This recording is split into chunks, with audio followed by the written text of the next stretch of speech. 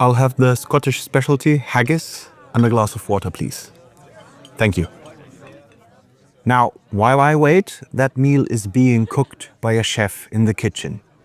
Is being cooked. That's the passive voice, our topic for today.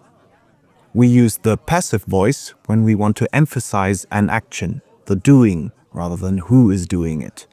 That may be the case if we don't know who is doing something or if it's just not important who is doing it.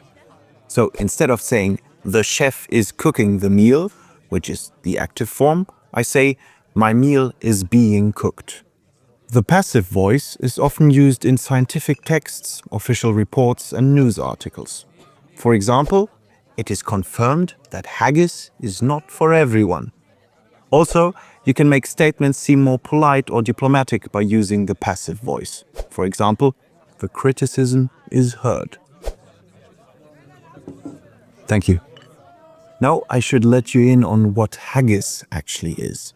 Haggis is a special Scottish dish.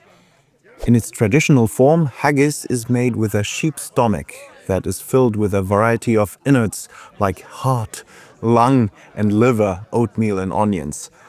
I know that doesn't sound very appetizing. And looking at the menu, it really isn't the best looking dish, but I know you should be open to trying new things. So I'm very curious to see if I like it. But for now, let's look at how to form the passive voice.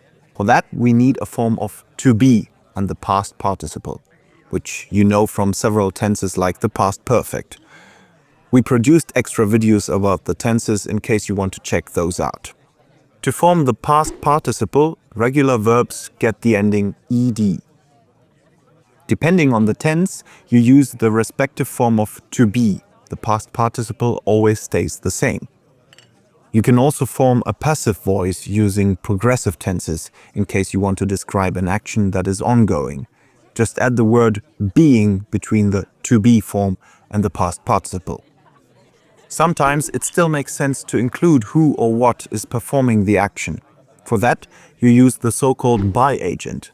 The subject of the active sentence becomes the object in the passive sentence by adding by at the end. Let's recap. We use the passive voice to highlight an action rather than the person or thing that is performing that action. To do that, we need a form of to be and the past participle of the verb. The tense we are in is determined by the to be form. If you want to, you can say who or what is doing something by simply adding by after the past participle. So, now let's see what my haggis tastes like.